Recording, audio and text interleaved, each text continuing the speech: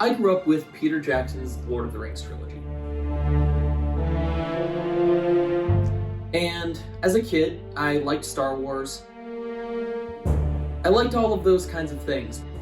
But Lord of the Rings always brought me back.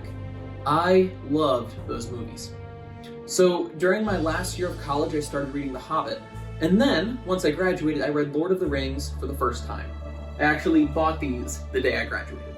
And I was really excited to read through them, and when I did, I loved them. Recently, I've been re-listening to them via an audiobook on Spotify. And I absolutely love both the books and the movies. Now, some things in books don't always translate to the movie format. Movie makers almost always have to change one or two details while they're making a movie. And the Lord of the Rings trilogy did change a lot of details in the movie that they made. But the story was ultimately the same. And I feel like the makers of The Lord of the Rings worked really hard to very well imitate and honor the legacy that Tolkien set. The topic of honoring legacy is going to come up in today's video, and what we're going to be talking about is why I didn't really like the new All Quiet on the Western Front movie.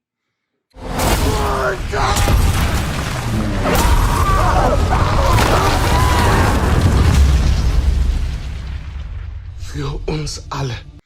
So I was excited for it. When I found out that was going to be coming out, a friend told me about it. This friend really likes movies, so him and I got together and we read the book and watched the 1930s and the 1979 movie before the new All Quiet on the Western Front 2022 came out. In case you haven't seen them, the book came out in 1929 and was written by Erich Maria Remarque in the original language of German. He fought in the German army. So while he was telling about some of his experiences, he had a stand-in named Paul. And the book and these two movies, actually all three movies, follow Paul's life. The first movie came out in 1930 and it was very controversial because it portrayed war as it really was, rather than portraying war as the glorious thing that we might be familiar with in other movies that we've seen. The 1979 movie came out and was actually made for TV, and it was a very interesting movie. It's probably one of the best made-for-TV movies ever made. Now, even though I was unhappy with the 2022 movie, there were some things that I think they did really well. The first is, I think that they did a great job of capturing what the war was like. This movie was gritty and ugly, and there was hand-to-hand combat, and it was brutal to watch at times. It showed the mud and the muck that these soldiers had to live through. If you ever get the chance to watch Peter Jackson's movie, which is a documentary called They Shall Not Grow Old, you see that this war was horrible. And this movie portrayed some of the things that we hear talked about in that movie very, very well and very vividly. As a part of that, this movie was visually stunning and beautiful, but horrifically beautiful. The way that the director used color and the way that he used all of these different methods to show what this war was like was amazing. Going along with that, the score was also absolutely beautiful. This movie used music in a different way and showed the metallic nature of this war. I don't really know how to describe it.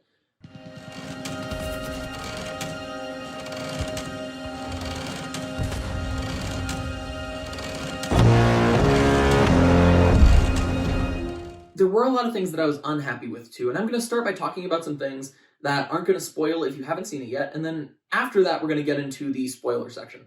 The first thing, the most important thing, I just didn't think that this movie honored Erich Maria Remarque's legacy in the book that he had written. I feel like the other two movies made in 1930 and 1979 did this quite well.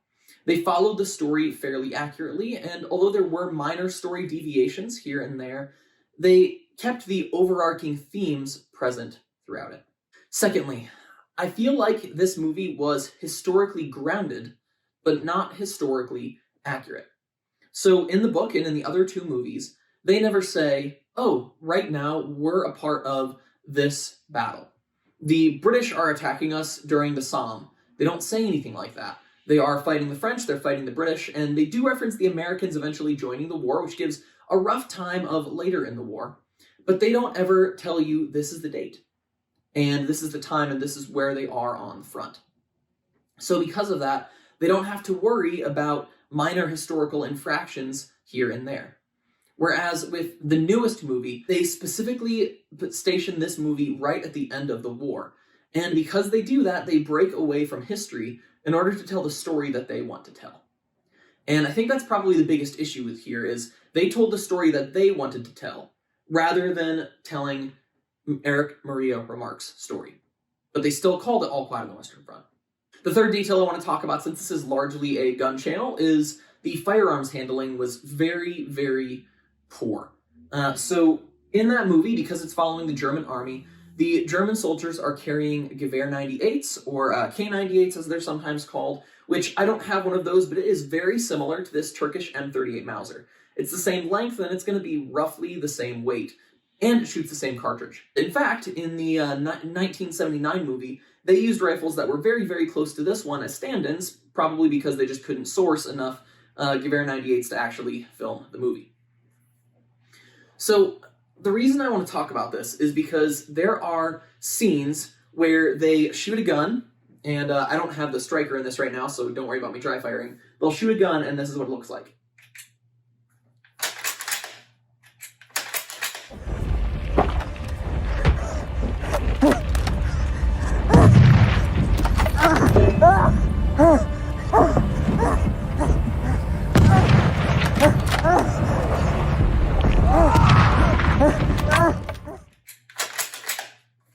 And they have muzzle flash, and you hear a bang, but it doesn't look like a gun is firing. If you go back and watch my video, SMK 8mm Mauser penetration test, you can see what firing this rifle is actually like. This rifle generates a fair amount of recoil, and I just didn't think that this movie handled firearms well. Now, I do not expect a bunch of German actors to know what it is like to fire this type of gun. What I do expect, though, is a director to get his actors to act well when it comes to this kind of thing. You may not be able to find this type of thing in Germany, but you can watch YouTube videos and you can look online. You can see people shooting this kind of stuff and see what it's like, and then get your actors to act like that. It's not that hard. These people's job is to act like they're doing something that they're not actually doing.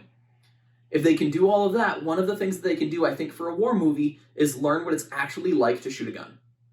Now, I'm going to get into the spoiler parts, but if you are interested in seeing my conclusions at the end, I will leave chapter cards in so that you can skip everything that has spoilers in it and then get to the end, and then we can talk about the rest of the movie from there. Okay, one of my biggest issues with this movie, and I wanted to provide specific details for this, is that it is not about what the book is about. The book follows normal soldiers. In fact, I'm just going to read the intro to the book for you. It says, and this is how the book and the first two movies start.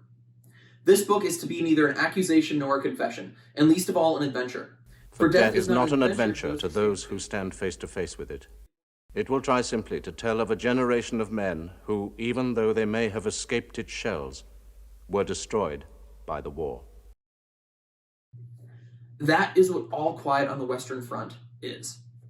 And this movie tried to do something completely different. It tried to tell a story of generals and peace treaties and all of these kinds of things that the book just wasn't about. And it's frustrating because a man who fought in this conflict wanted to tell a story about it, and then these movie directors come along and they completely change the story. The other two movies honored legacy, this one just didn't do that. Ich stehe vor Ihnen, in der Hoffnung, dass Sie unsere Anwesenheit zum Anlass nehmen, alle Feindseligkeiten auszusetzen. Im Namen der Menschlichkeit bitte ich Sie für die Dauer der Verhandlungen einer sofortigen Waffenruhe zuzustimmen, unseren Völkern unnötige Opfer zu ersparen. Whereas the 2022 movie decided to tell this side story about the generals, what the 1979 movie did, what the book did, and what the 1930s movie did, is it had this scene where the soldiers are sitting around and talking about who was benefiting from this war. The Kaiser and me, me and the Kaiser, felt just alike about this war. We didn't either of us want any war, so I'm going home. He's there already. Somebody must have wanted it. Maybe it was the English. No, I don't want to shoot any Englishmen. I never saw one till I came up here. And I suppose most of them never saw a German till they came up here. Oh, I'm sure they weren't asked about it. Well, it must be doing somebody some good. Not me and the Kaiser. I think maybe the Kaiser wanted a war. You leave us out of this. The story of generals arguing about peace treaties is an interesting in its own right and a story that is worth telling. However, if you're going to tell that story that has nothing to do with All Quiet on the Western Front, don't call it All Quiet on the Western Front and don't steal somebody else's title and work. Instead, just tell your own story. Another issue here is that no time was spent at home or with Paul or his friend in the hospital. This movie just completely skipped over that section, and the whole story, almost all of it, took place on the front lines. And while that may be interesting for some people, it was a very, very deep and important part of the movie. One of the most moving scenes in the movie for me was the scene where Paul goes home to see his family while he's on leave, and he's in the bottom of a staircase about to go upstairs, and he has this breakdown. And he starts to sob and cry about going upstairs to see his mother. And this scene in the 1979 movie in particular just rips your heart out. Paul! Paul! Why didn't you tell us you were coming? Mother! Mother!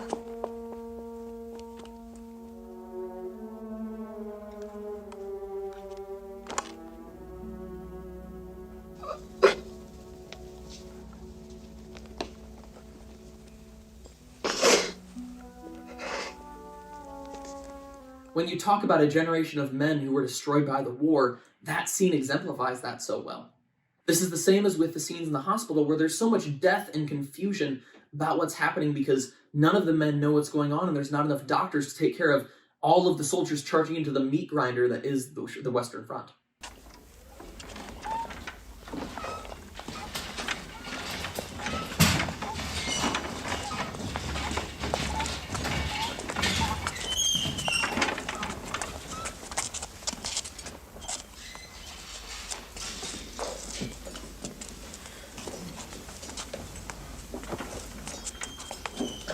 They won't take me. No. No! We're taking you to the bandaging I won't go to the dying room. Then stay here. Stay here! We're only going to the bandaging No. ward. Then why are you No. taking his tunic? I'll come back. I won't die. Why are you taking his tunic? We're just I'll come going to back. the bandaging ward. I won't die. I'll come back. Liars! You'll see. Liars! I won't die. Liars!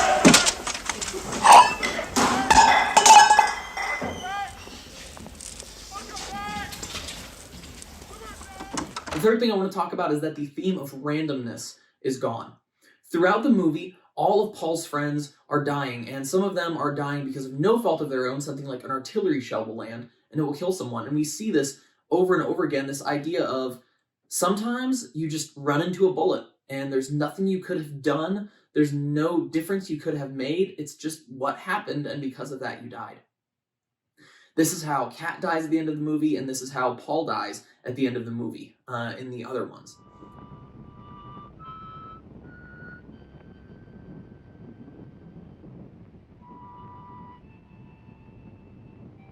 This is Paul's death according to the book. He fell in October 1918, on a day that was so quiet and still on the whole front that the Army report confined itself to a single sentence: all quiet on the Western Front. He had fallen forward and lay on the earth as though sleeping. Turning him over, one saw that he could not have suffered long. His face had an expression of calm, as though almost glad the end had come. In the other movies, he is taken out by a sniper. Nothing about his death is significant in really any way.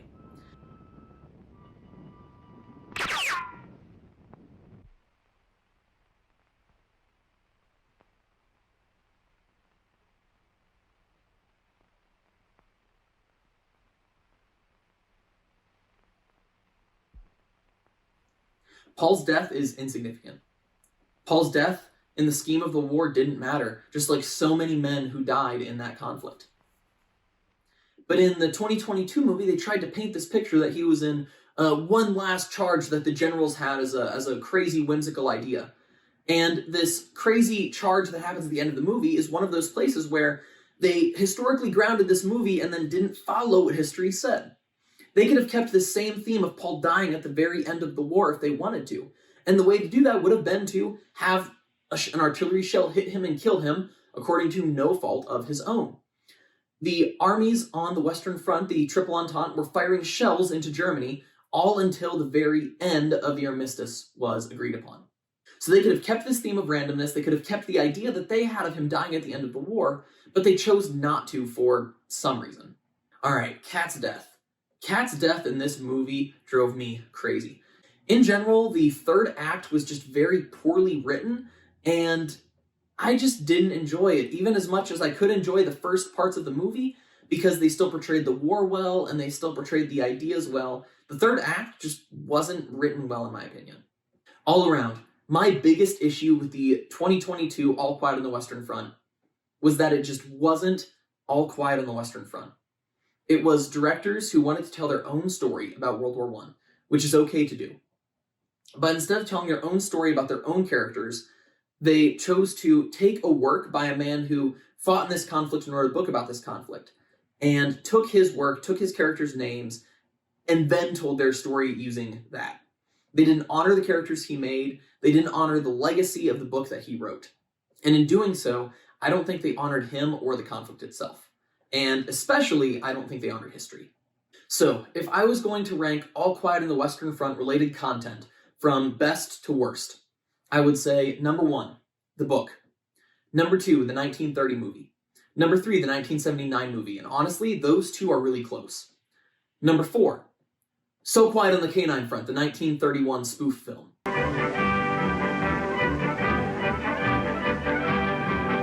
And then number 5, All Quiet on the Western Front 2022. I'm 8mm Mauser Man. I really am interested in what you guys thought of this movie as well as the others if you've seen them. But anyway, I might catch some hate for this, but I lived on. Which proves it's hard to get the best of a man named John. John.